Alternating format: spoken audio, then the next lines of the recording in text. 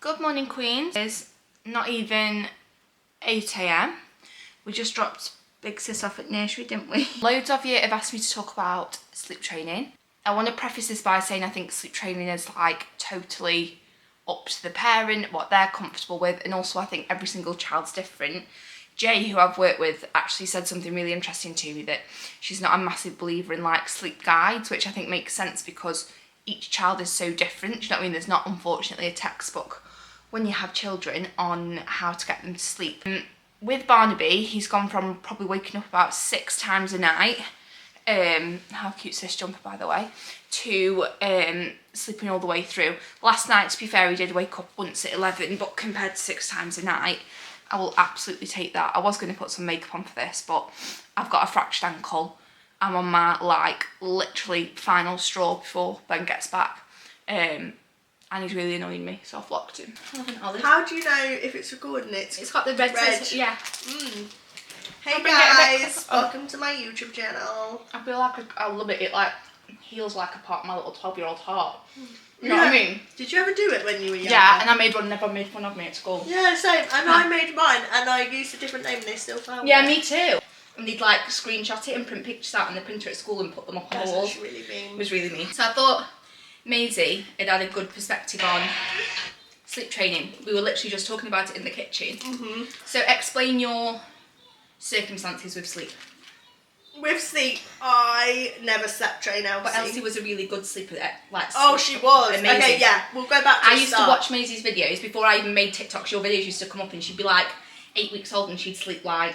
They come up for me now, and I'm I like... get angry. Elsie actually slept better back then than she ever does now. And she, like, slept so well. From 8 weeks to about 6 months, she slept through the night. Yeah. Like, I watched a video of mine the other day and it was like 10 PM till 7 AM. Yeah, insane. And then you were saying earlier, so she used to have a dummy, but then she gave up the dummy herself. Yeah. I didn't want her to at that point, but she gave it up at like 6, 7 months. Like, I would put it in, she would just spit it straight back out. I'd be like, please go. Okay, that's that done. So then I think I became her comfort because she didn't have a comfort toy. No. She didn't have a dummy. It's also really hard to get them to want a comfort toy. I think they were at that age, like... I know, I tried. No. I was buying all these cute toys, like, yeah, oh, come like on, 800 jelly cats. Yeah, no. You couldn't sleep train Elsie because, like you say, you were her comfort. I was her comfort, and we tried the cot a few times. Every single time I put her in the cot, she would...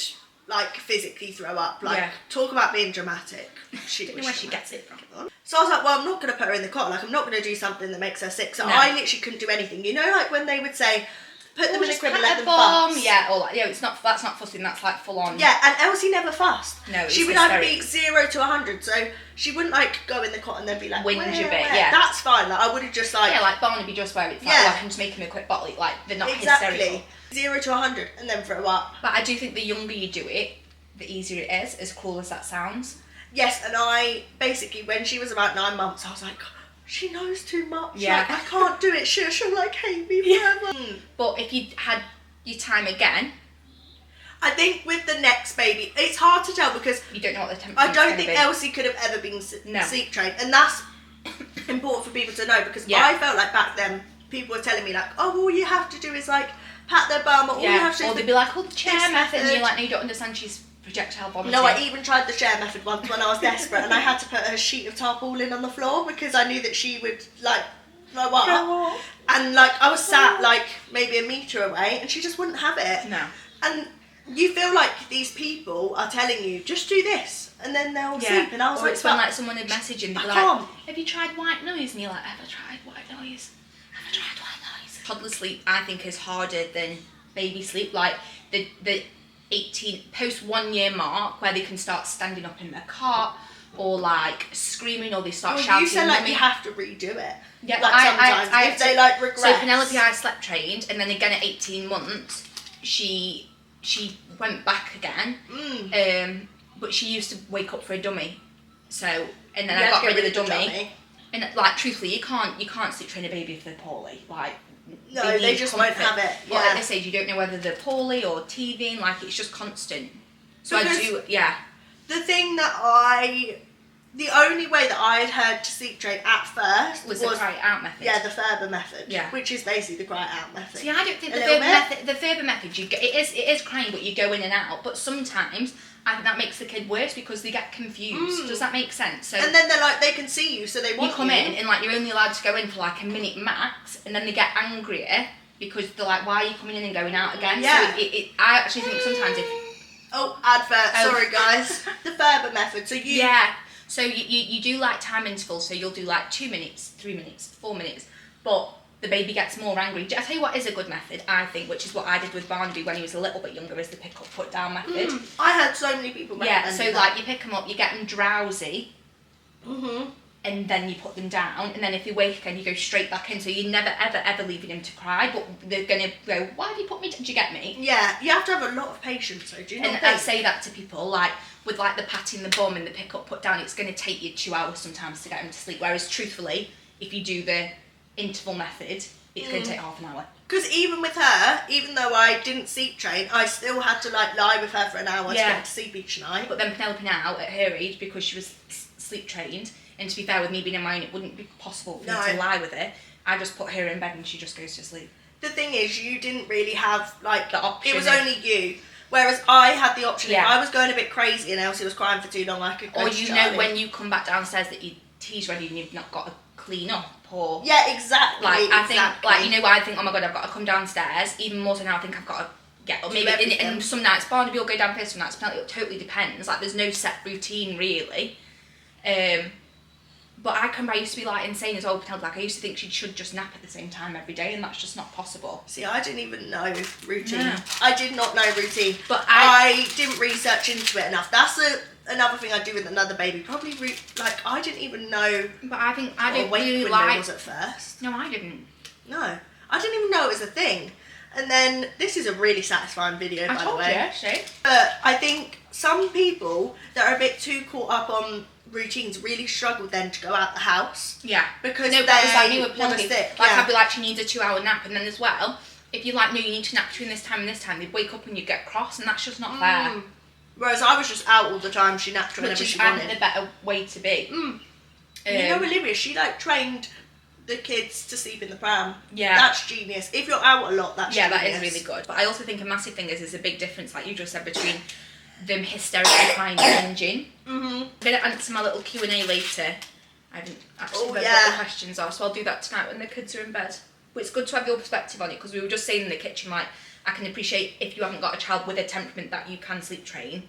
Yeah, 100% depends on temperament. Like, it does. People would say, oh, you've made a rod for your own back. I was like, you can't, yeah. How? She's like 6 months old. God forbid as well you hold your baby. But also, like, if you're not getting any sleep, I do think it's absolutely horrific for your mental health. Like we were just saying in soft play, I think all of my mental health issues have stemmed back to sleep and lack of support. Yeah, circumstantial, I was saying. Like, I think even if I was in your position, regardless of like how our brains work, like anyone would feel a bit like overwhelmed. And if you're trying to do it on no sleep as well, you have no patience with the kids are grumpier. There's nothing worse than the guilt of feeling like you haven't been patient enough as well. Yeah, I'm so much more snappy when I don't have the energy to do anything.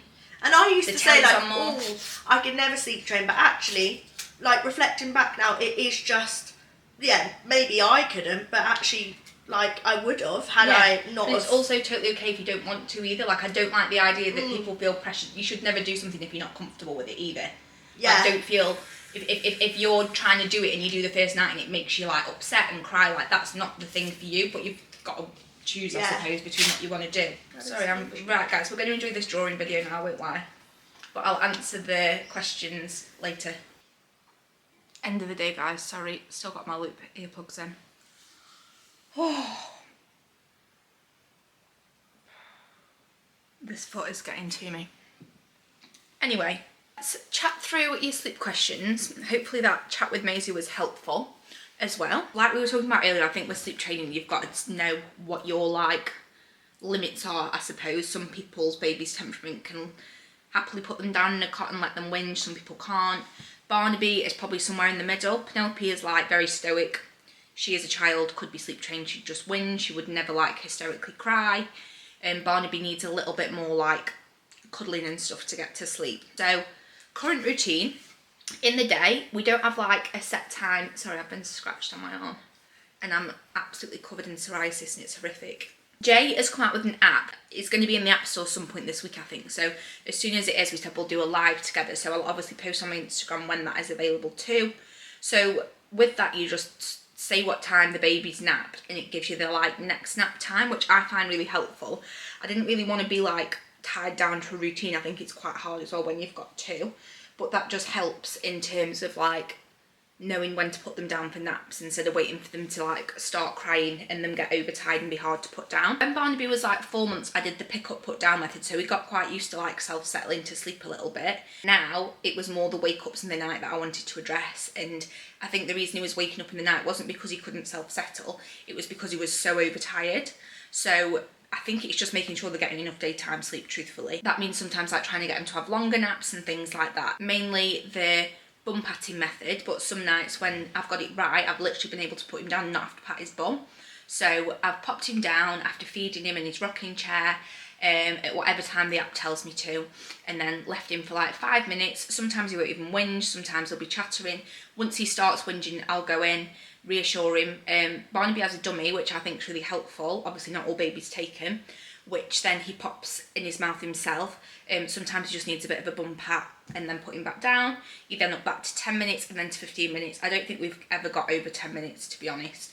But if you don't like that, I'm pretty sure Jay would advise that you can do like just the bum patting method, but it'll probably take a little bit longer. So that is what I've done. Jay does offer like £30 calls if like you're not in a position, which I wasn't with Penelope, to be able to pay for like a full sleep full sleep course. But also I do think it's something that if you can afford to pay it, or you can not pay for other things, I would massively recommend it. How did I stop him from waking and wanting a bottle? I think this is just him not being overtired. I think he was just using the bottle as a comfort. For me personally, I think with him, everything has been in the fact that he was just overtired.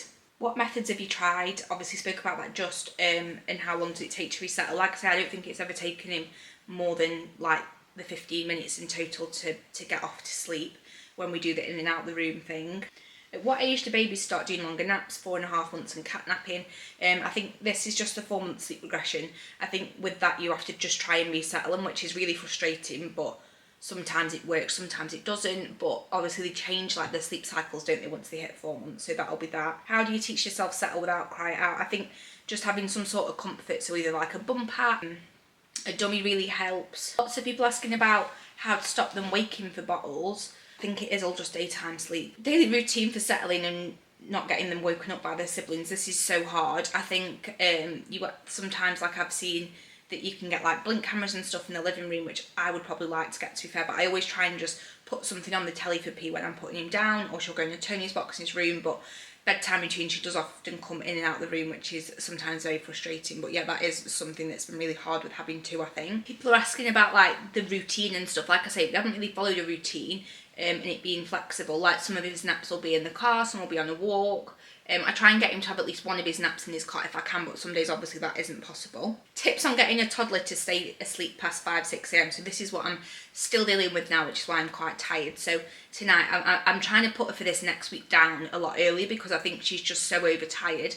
So I put her down last night for 6 o'clock. I think she was asleep, but she still woke up at 5:30 this morning. But Jay did say it can take a week for them to like re-establish that. Tips on dream feeding. I think dream feeding is literally just pick them up while they're asleep and feed them. So the first couple of nights with Barnaby, I offered a dream feed at 11 just to push him over, but he wasn't really that bothered about it. And then the second night, it actually disturbed him more. But you literally just pick them up, feed them in the dark and stuff, and then put them back down to sleep, hopefully. But Barnaby used to wake up with it, that's the only thing. I hope that helps. Like I say, I'm going to do a live where hopefully Jay, who is the expert, can answer a few more questions.